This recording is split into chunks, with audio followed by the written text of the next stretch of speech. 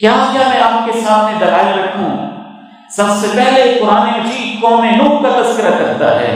قوم نوح کے اوپر پانیوں کا عذاب آتا ہے تو اس وجہ سے نہیں کہ بغیر کسی حکمت اور بغیر کسی وجہ کے آ گیا تھا۔ اللہ بتاتا ہے 950 سال تک جناب نوح اللہ کے دین کی تبلیغ کرتے رہتے ہیں، دن میں بھی کرتے ہیں، رات میں بھی کرتے ہیں، صبح بھی کرتے ہیں، شام بھی کرتے ہیں، ڈیروں میں کرتے ہیں، محلوں میں کرتے ہیں، انفرادی کرتے ہیں، اجتماعی کرتے ہیں۔ رب انی دعوت قومی لیلا ونہارا فلم یزدہم دعائی الا فرارا وانی کلما دعوتہم لتغفر لهم جعلوا اصابعهم في آذانهم واستغشوا ثيابهم واصروا واستكبروا استكبارا ثم انی دعوتہم جہارا ثم انی اعلنت لهم واسررت لهم اسرارا۔ رو رو کے تبلیغ کرتے ہیں۔ السلام علیکم ورحمۃ اللہ وبرکاتہ۔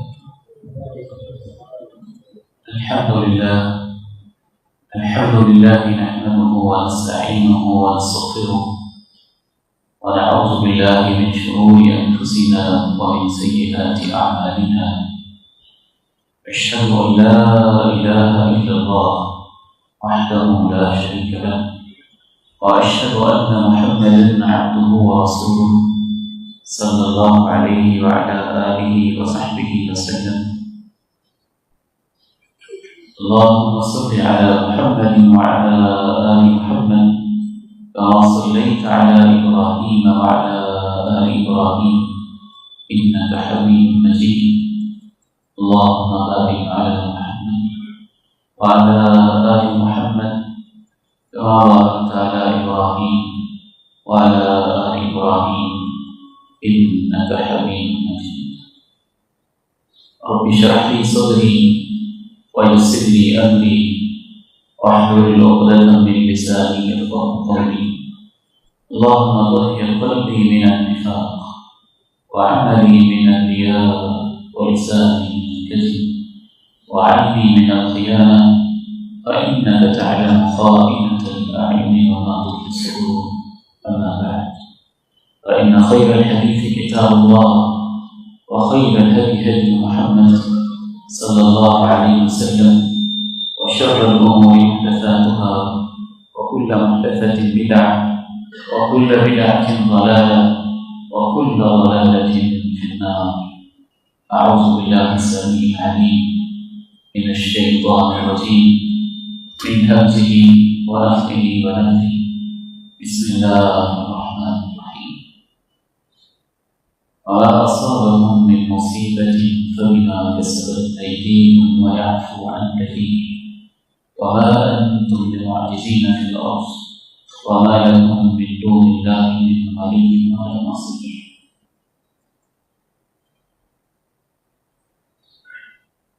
آج کی اس دنیا کے اندر میں اور آپ جی رہے ہیں، ہمارے ساتھ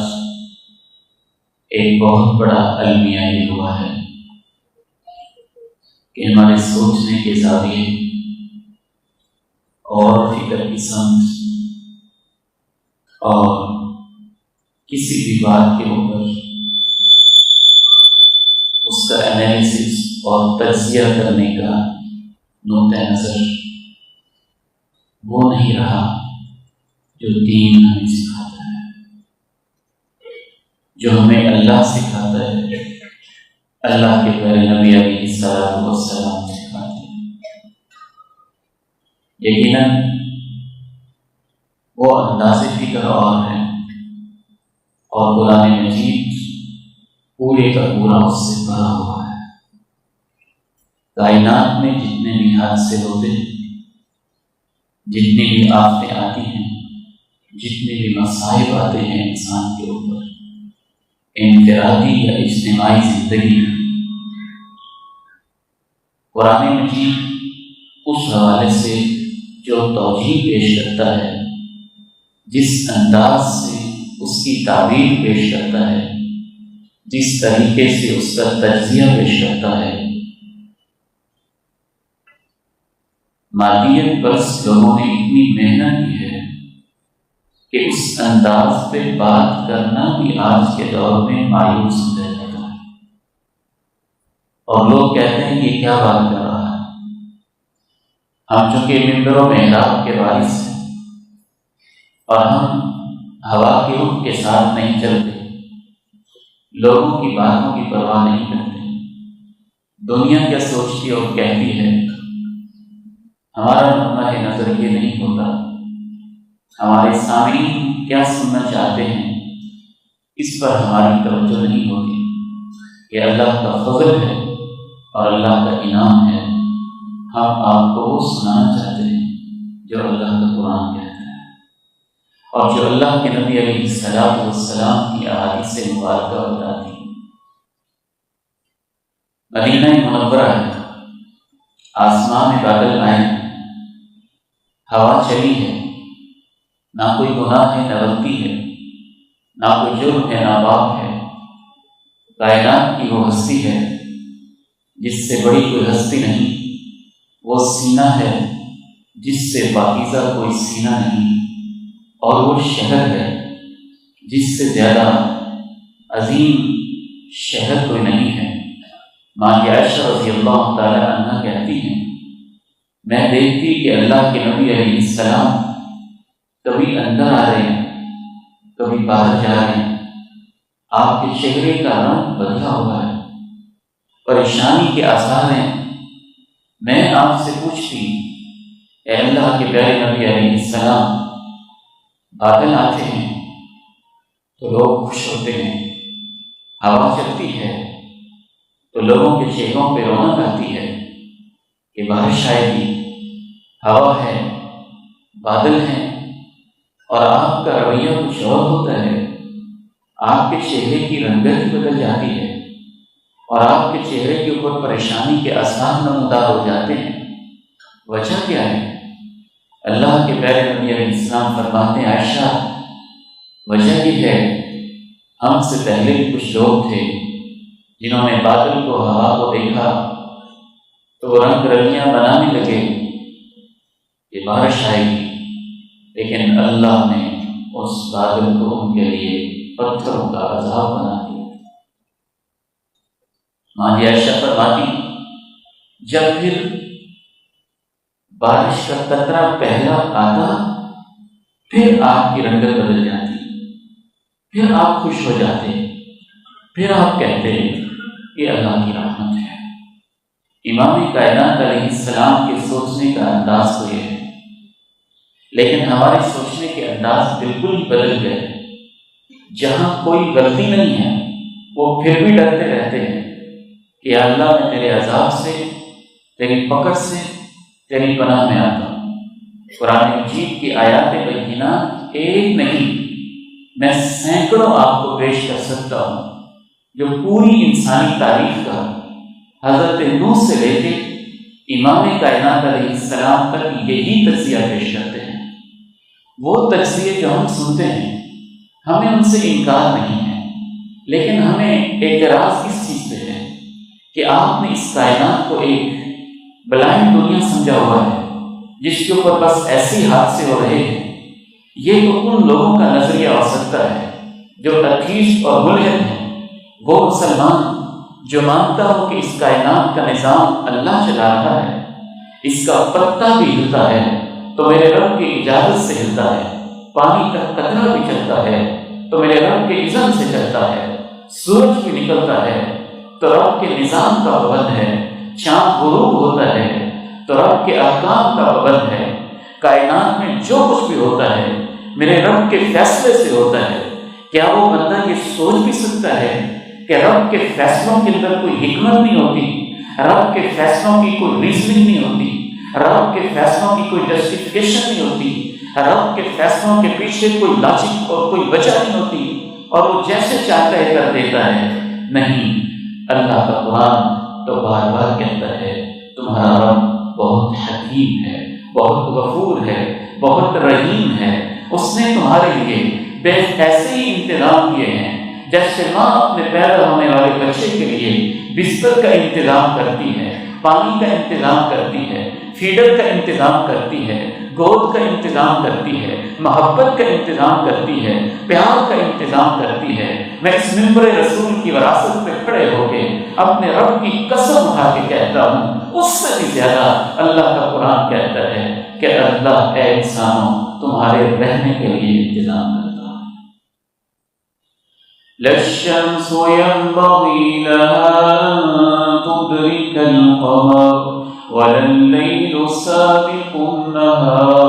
ذَلِكَ تَقْدِيرُ الْعَزِيزِ الْعَلِيمِ۔ ممکن نہیں ہے سورج چاند سے پہلے نکل آئے، ممکن نہیں ہے چاند سورج کو جا پکڑے، ممکن نہیں ہے یہ ستارے اور سیارے ہزاروں لاکھوں کروڑوں اربوں اور کھربوں کے حساب سے جو اس کائنات میں لڑکوں کی طرح گھوم رہے ہیں کہ ایک دوسرے سے ٹکرا جائیں، اللہ نے ان کو روکا ہوا ہے، یہ ٹکرائیں گے نہیں۔ یہ ایک حکیم، ایک علیم، ایک عظیم، ایک غفور، ایک کریم ہستی کے تابع چل رہے ہیں۔ اس نے زمین نہ تھی، ساتوں زمینیں بنائی ہیں، نام و نشان آسمان کا نہ تھا، سات آسمان بغیر ستون کے اسی نے کھڑے کیے ہیں، پانی کا وجود نہ تھا، سمندر اسی نے چلائے ہیں، پانی کا ایک قطرہ نہ تھا، دریا چشمے آبشاریں اسی نے بہائی ہیں۔ اللہ رب العزت تو بڑے خوبصورت انداز میں انسان کو توجہ دلاتا ہے کہ پانی جو تمہارے لیے بنایا میں نے بنایا،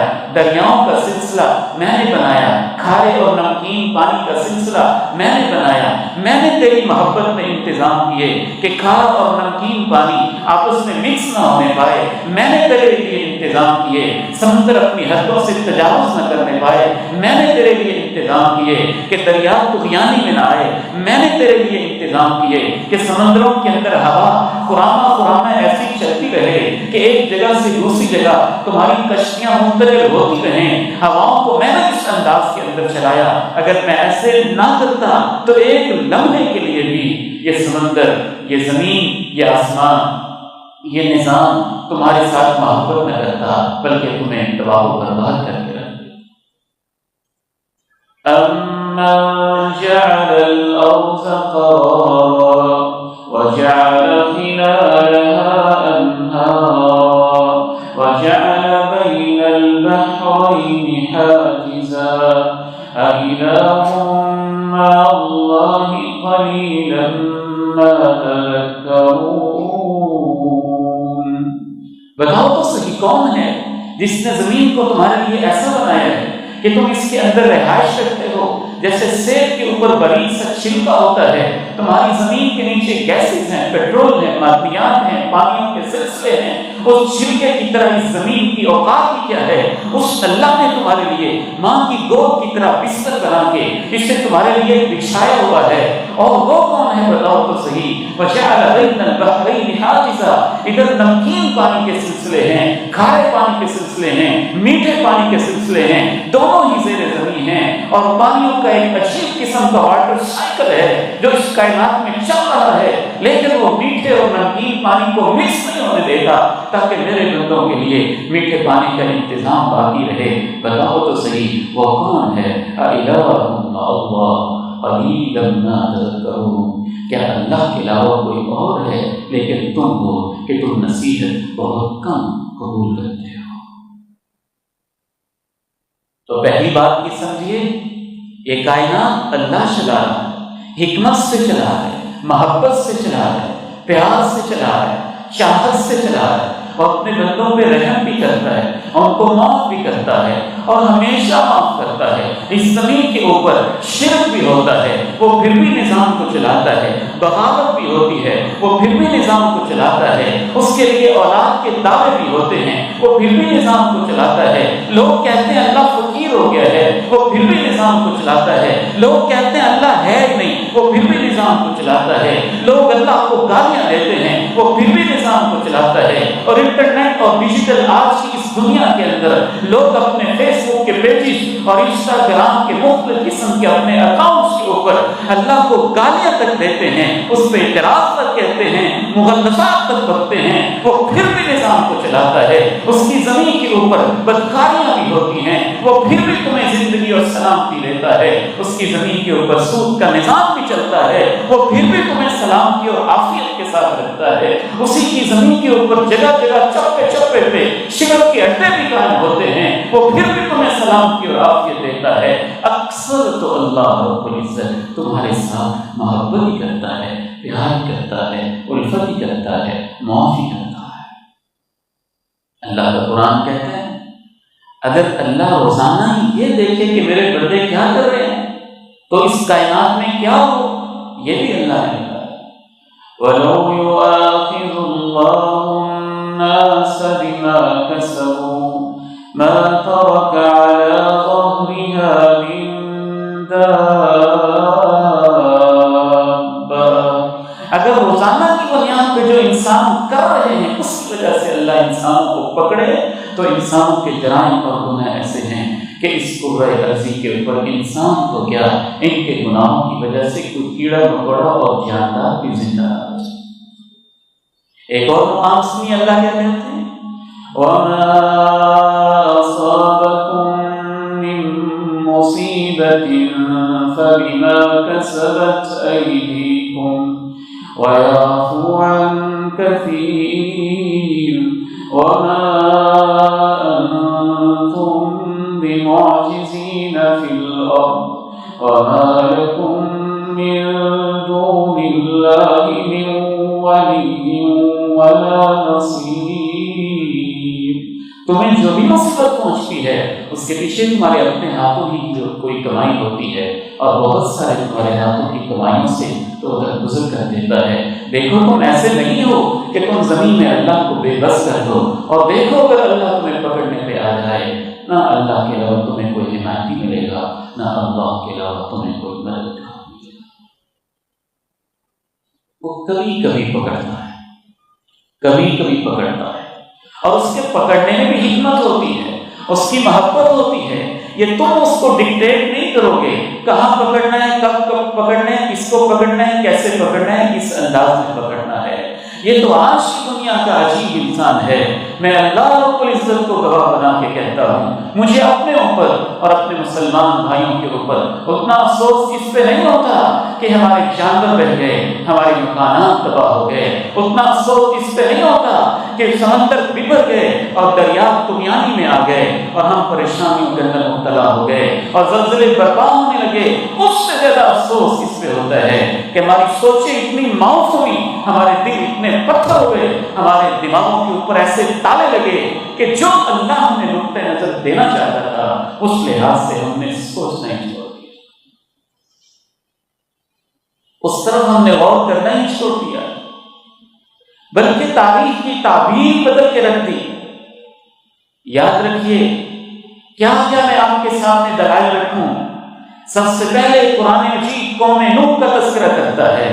قوم نوح کے اوپر پانیوں کا عذاب آتا ہے تو اس وجہ سے نہیں کہ بغیر کسی حکمت اور بغیر کسی وجہ کے آ گیا تھا۔ اللہ بتاتا ہے 950 سال تک جناب نوح اللہ کے دین کی تبلیغ کرتے رہتے ہیں، دن میں بھی کرتے ہیں، رات میں بھی کرتے ہیں، صبح بھی کرتے ہیں، شام بھی کرتے ہیں، ڈیروں میں کرتے ہیں، محلوں میں کرتے ہیں، انفرادی کرتے ہیں، اجتماعی کرتے ہیں۔ رب انی دعوت قومی لیلا ونہارا فلم یزدہم دعائی الا فرارا وانی کلما دعوتهم لتغفر لهم جعلوا اصابعهم في آذانهم واستغشوا ثيابهم واصروا واستكبروا استكبارا ثم اني دعوتهم جهارا ثم اني اعلنت لهم واسررت لهم اسرارا۔ رو رو کے تبلیغ کرتے ہیں، اتنی رو کے کہ نام تو عبد الغفار تھا بعض روایات کے مطابق، لیکن رونے کی وجہ سے رخساروں کے اوپر آنسوؤں کے نشان اور لکیریں پڑ گئی تھی،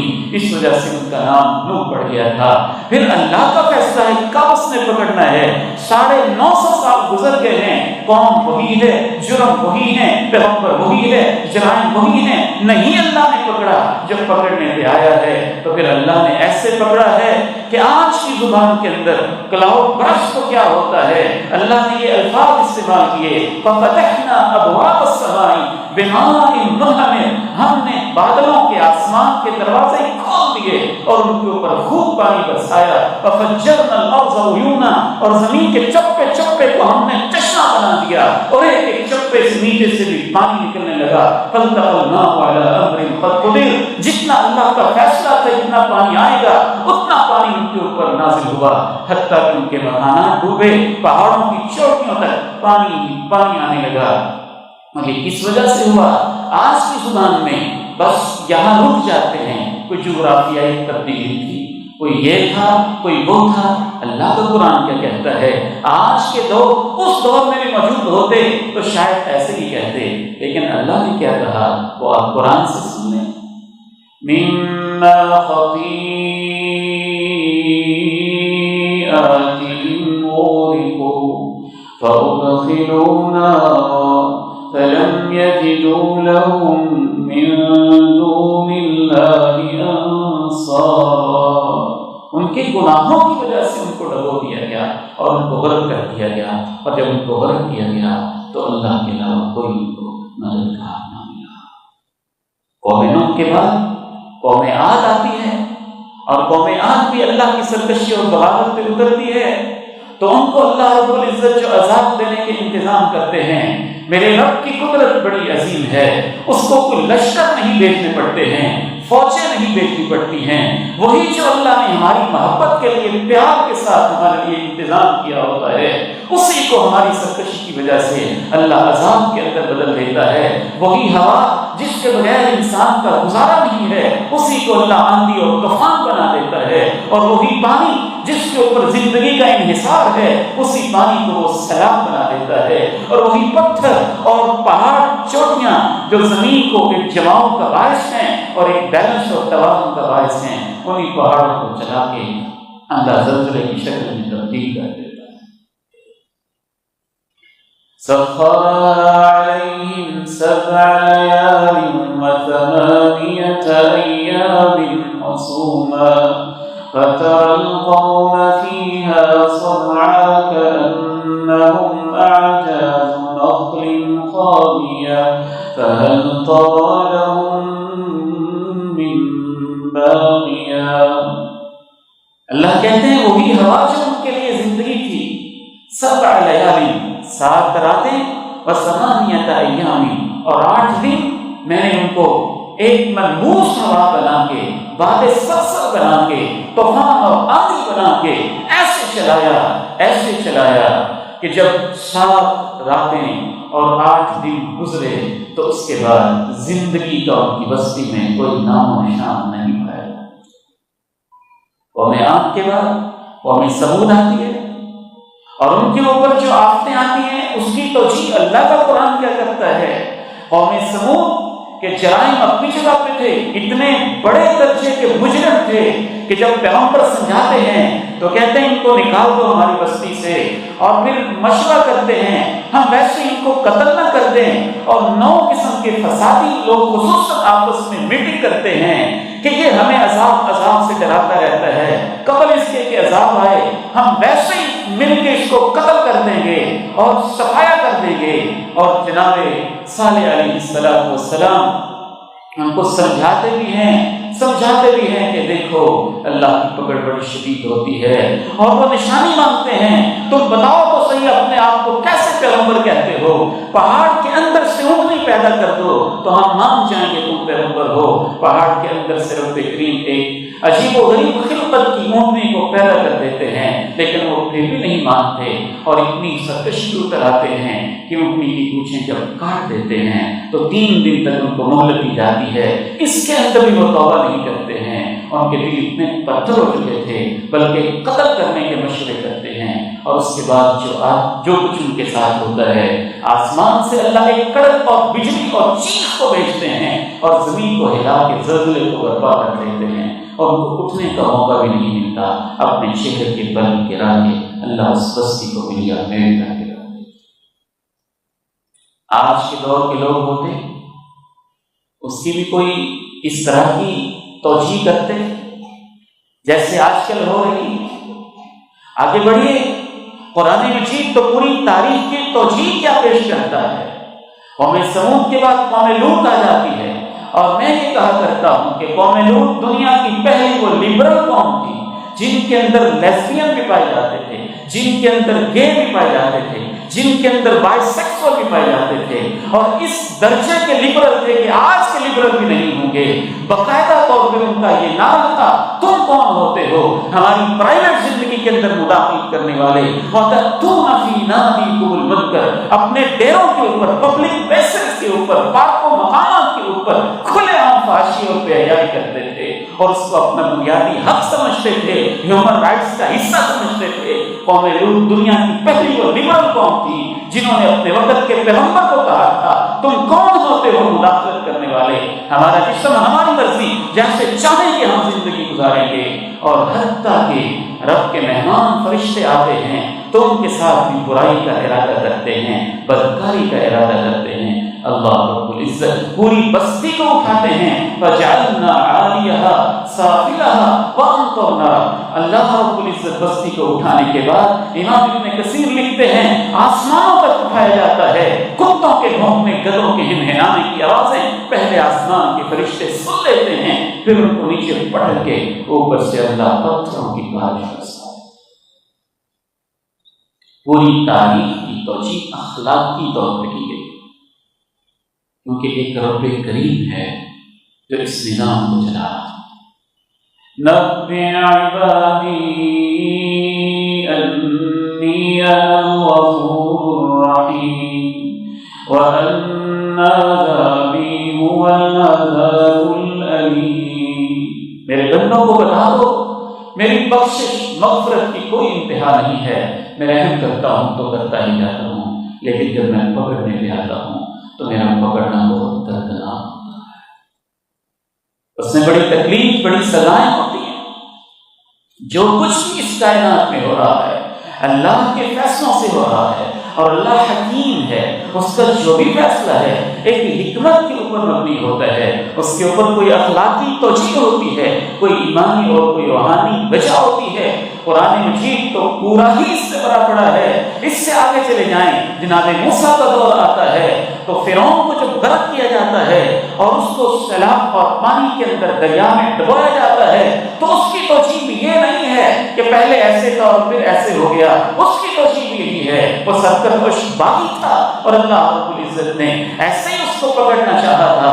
پوری تاریخ اٹھا کے دیکھ لیجئے، قرآن مجید پوری تاریخ کو اسی انداز میں پیش کرتا ہے اور ہمارے سوچنے کا یہی زاویہ بناتا ہے۔ اللہ کے نبی علیہ السلام کی سوچ بھی یہ تھی، صحابہ کی سوچ بھی یہ تھی، سلف صالحین کی سوچ بھی یہ تھی، اس لیے وہ پاک صاف ہو کر بھی کوئی عذاب، کوئی ایسی چیز دیکھتے تھے تو ڈرنے لگتے تھے۔ امام کائنات علیہ السلام کے عہد مبارک میں سورج گرہن لگ جاتا ہے اور چاند گرہن لگ جاتا ہے، سورج گرہن ہو یا چاند گرہن ہو، ہم مانتے ہیں جو بھی آج کے دور کے اندر جو بھی اس کی جسٹیفیکیشن دی جاتی ہے سائنٹیفکلی، جو بھی بتایا جاتا ہے کہ اس وجہ سے لگتا ہے، اس وجہ سے لگتا ہے، اس سے انکار نہیں ہوتا۔ وہ یہ ہے جو یہ آنکھیں دیکھتی ہیں، لیکن ریزن آف دی ریزنز کیا ہے، وہ ایسے کون کرتا ہے اور کیوں کرتا ہے، اصل سوال قرآن مجید یہ بٹھانا چاہتا ہے ذہنوں کے اندر۔ واٹر سائیکل تو ایک جیسا ہی ہوتا ہے۔ حضرت عبداللہ بن مسعود رضی اللہ تعالیٰ عنہ کہتے ہیں ما من عام امطر من عام، کسی سال کے اندر بھی دوسرے سال سے زیادہ بارش نہیں ہوتی ہے، ولیکن اللہ یصرفہ کیف یشاء، لیکن یہ اللہ کا فیصلہ ہوتا ہے کہاں کتنی ہونی ہے۔ جب وہ عذاب نہیں دینا چاہتا ہے وہ گلیشیئر پہ بھیج دیتا ہے، جب وہ عذاب نہیں دینا چاہتا ہے وہ جنگلوں میں بھیج دیتا ہے، جب وہ عذاب نہیں دینا چاہتا ہے وہ بادل بنا دیتا ہے، جب وہ عذاب نہیں دینا چاہتا ہے وہ ایک نمی بنا دیتا ہے، جب وہ عذاب نہیں دینا چاہتا ہے وہ آبشار بنا دیتا ہے، جب وہ عذاب نہیں دینا چاہتا ہے وہ ایک جھیل بنا دیتا ہے۔ پانی تو وہی ہوتا ہے، لیکن جب وہ عذاب دینا چاہتا ہے اور اپنے بندوں پہ ناراض ہوتا ہے تو پھر اس کے انداز بدل جاتے ہیں۔ اور اس کے اندر بھی اللہ رب العزت کی رحمت کا پہلو ہوتا ہے۔ نیک لوگوں کے لیے اور طرح کی رحمت ہے، برے لوگوں کے لیے اور طرح کی ہے۔ کافروں کے لیے اور طرح کی حکمت ہے. کافروں کے لیے یہ زمینی اور آسمانی آفتیں اللہ کا قرآن کہتا ہے ایک عذاب بن کے آتی ہیں. جو نیک لوگ ہوتے ہیں ان کے لیے ایک آزمائش ہوتی ہے، ایک امتحان ہوتا ہے کہ کیسا صبر کرتے ہیں، ان حالات کے اندر اللہ کے ساتھ کیسا تعلق رکھتے ہیں، انسانی ہمدردی کے کیسے رویے اپناتے ہیں، اپنے بھائیوں کے ساتھ کیسا سلوک کرتے ہیں. اللہ نے اس طرح بھی قرآن مجید میں ارشاد کیا وَلَنَبْلُوَنَّكُمْ بِشَيْءٍ مِّنَ الْخَوْفِ وَالْجُوعِ وَنَقْصٍ مِّنَ الْأَمْوَالِ وَالْأَنفُسِ وَالثَّمَرَاتِ وَبَشِّرِ الصَّابِرِينَ الَّذِينَ إِذَا أَصَابَتْهُم مُّصِيبَةٌ قَالُوا إِنَّا لِلَّهِ وَإِنَّا إِلَيْهِ رَاجِعُونَ أُولَئِكَ عَلَيْهِمْ صَلَوَاتٌ مِّن رَّبِّهِمْ وَرَحْمَةٌ وَأُولَئِكَ هُمُ الْمُهْتَدُونَ. ہم امتحان لیتے ہیں اپنے بندوں کا، کبھی خوف، کبھی بھوک، کبھی مالوں کی کمی، کبھی پیداوار کی کمی کے ذریعے سے، کبھی جانوں کی کمی کے ذریعے سے، اور پھر مبارکباد ہے ان کے لیے جو ان حالات میں صبر سے کام لیتے ہیں اور انا للہ و انا الیہ راجعون کہتے ہیں. ان کے اوپر پھر ہماری رحمتیں بھی ہوتی ہیں، ان کو ہم اپنے راستے بھی دکھاتے ہیں، ان کے لیے گناہوں کی بخشش اور مغفرت بھی ہوتی ہے. امام کائنات علیہ السلام فرماتے ہیں جب اللہ تعالیٰ کسی قوم سے محبت کرتا ہے تو بعض دفعہ اس محبت کے اندر جو ان کا درجہ بن رہا ہوتا ہے اس لیول کے ان کے اعمال نہیں ہوتے ہیں، اور اللہ رب العزت آزمائش مبتلا کر کے جنت کے اس درجے پہ ان کو پہنچا دیتا ہے. جو انبیاء پہ آزمائشیں آئیں اس لحاظ سے وہ سب سے بڑی آزمائشیں تھیں جو صحابہ کو تکلیفیں پہنچی، اور سب سے بڑی تکلیفیں تھیں جو صحابہ کے دور میں طاعون کی بیماریاں اور وبا کی بیماریاں پھیلی، اور سب سے بڑی بیماریاں تھیں جو صحابہ کے دور کے اندر آفتیں اور آزمائشیں آئیں. ان کی ایک اپنی نوعیت تھی، اور ان کے بارے میں ہمارا یہی ایمان اور یقین ہے جو اللہ کے نبی علیہ السلام نے بیان کیا. گناہگاروں کے لیے کیا ہوتا ہے وہ بھی اللہ کا قرآن بتاتا ہے، وہ بھی اللہ کی رحمت ہی ہوتی ہے. وَلَنُذِيقَنَّهُم مِّنَ الْعَذَابِ الْأَدْنَىٰ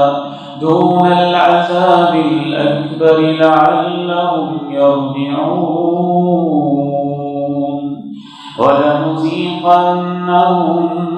مِّنَ الْعَذَابِ الْأَدْنَىٰ دُونَ الْعَذَابِ الْأَكْبَرِ لَعَلَّهُمْ يَرْجِعُونَ. یقیناً ہم ان کو چھوٹی چھوٹی سزائیں دیتے ہیں تاکہ یہ بڑے عذاب سے بچ جائیں، اور تاکہ یہ واپس پلٹ آئیں، تاکہ یہ لوٹ آئیں، اللہ کی طرف رجوع کریں. آج کا دور تو خصوصاً وہ دور ہے جب انسان اپنے رب کو بالکل ہی بھول چکا ہے. ایسی ایسی ویب سائٹس، ایسے ایسے پیجز، ایسے ایسے اکاؤنٹس، ایسے ایسے نوجوان، ایسے ایسے بیٹیاں، ایسے ایسے بیٹے، ایسی ایسی بیٹیاں، انسان حیران ہو جاتا ہے جیسا کہ اللہ رب العزت کو تو اپنی زندگی سے ویسے ہی وہ نکال چکے ہیں. پھر بھی اللہ ان پہ رحمت کرتا ہے کہ ابھی بھی موقع ہے واپس کو پلٹ آئیں. میری قدرت کو دیکھ کے، میری نشانیوں کو دیکھ کے، میرے نظام کو دیکھ کے، میری پکڑ کو دیکھ کے، جہاں اللہ کی رحمت کو ماننا ہمارے ایمان کا حصہ ہے، وہاں یہ ماننا کہ اللہ کی پکڑ بڑی شدید ہوتی ہے اور گناہوں پہ اس کی سزا شدید ہوتی ہے، یہ بھی قرآن کا حصہ ہے، ہمارے ایمان کا حصہ ہے. جب ہم ایک فیس کو دیکھتے ہیں دوسرے کو نہیں دیکھتے، ایک سائڈ کو دیکھتے ہیں دوسری سائڈ کو نہیں دیکھتے، صرف دنیا کو دیکھتے ہیں آخرت کو نہیں دیکھتے، پھر ہمیں ان کے اندر حکمتیں سمجھ میں نہیں آتی ہیں. لیکن جب ہم یہ دیکھتے ہیں کہ اگر ایک انسان کا اتنا نقصان ہو جائے لیکن وہ قبر کے عذاب سے بچ جائے اور وہ اللہ کی طرف پلٹ کے آ جائے، وہ جہنم سے بچ جائے اور اللہ کی طرف پلٹ کے آ جائے، تو پھر تو اللہ کی رحمت ہی رحمت نظر آتی ہے. جیسے اس ڈاکٹر کے اندر شفقت اور محبت نظر آتی ہے جو پاؤں کو کاٹ دیتا ہے تاکہ پوری ٹانگ کو بچ جائے، جو ہاتھ کو کاٹ دیتا ہے تاکہ پورا بازو کو بچ جائے، جو جسم کے ایک حصے کو کاٹ کے پھینک دیتا ہے مریض میں سے، کوئی اس کو ظالم نہیں کہتا. وہ جانتا ہے اس کا مقصد اس کی جان بچانا ہے. میرا رب اتنا رحیم اور کریم ہے. جب دنیا اس رب کو بھول جاتی ہے تو جہاں جیسے اللہ چاہتا ہے اپنی نشانیاں دکھاتا ہے تاکہ آخرت کے عذاب سے بچ کے میرے بندے اللہ کی طرف، دین کی طرف، قرآن کی طرف پلٹ کے آ جائے۔ وَلَنُذِيقَنَّهُم مِّنَ الْعَذَابِ الْأَدْنَىٰ دُونَ الْعَذَابِ الْأَكْبَرِ لَعَلَّهُمْ يَرْجِعُونَ۔ آخری بات عرض کر کے میں آپ سے اجازت چاہوں۔ بعض دفعہ یہ آزمائش انتظامی کمزوریوں کی وجہ سے، مینجمنٹ کی کمزوریوں کی وجہ سے اور تدبیر کی صلاحیتوں میں کمزوریوں کی وجہ سے، جو اللہ نے انسان کو عقل دی ہوتی ہے اس کو استعمال نہ کرنے کی وجہ سے بھی آزمائش آ جاتی ہے۔ غزوے کا موقع ہے، اللہ کے پیغمبر ایک وار اسٹریٹجی طے کرتے ہیں کہ میرے صحابہ اس درے کو تم نے نہیں چھوڑنا ہے۔ آپ دیکھ رہے تھے اس کے اوپر انتظامی لحاظ سے اور جنگی پالیسی اور جنگی حکمت عملی کے لحاظ سے اس درے کی حفاظت بہت ضروری ہے، لیکن صحابہ سے انتظامی خطا ہو جاتی ہے، اس درے کو چھوڑ دیتے ہیں، تو اس انتظامی خطا کی وجہ سے 70 صحابہ تقریباً شہید ہو جاتے ہیں۔ ہم یہ نہیں کہتے کہ اس پہلو پہ غور نہیں کرنا چاہیے، یہ بھی زندگی کا حصہ ہے، اس پہلو پہ بھی غور کرنا چاہیے، اور ہم یہ بھی نہیں کہتے کہ اس کے لیے پھر بعد میں انسان کو کوشش نہیں کرنی چاہیے۔ جب جناب نوح کے دور میں طوفان آتا ہے تو سب سے پہلی ٹیکنالوجی تو اللہ اپنے پیغمبر کو سکھاتے ہیں کہ طوفان آئے گا اور اس سے پہلے تم کشتی بنا لو اور کشتی کا انتظام کر لو۔ یہ بھی اللہ کے قرآن میں لکھا ہے۔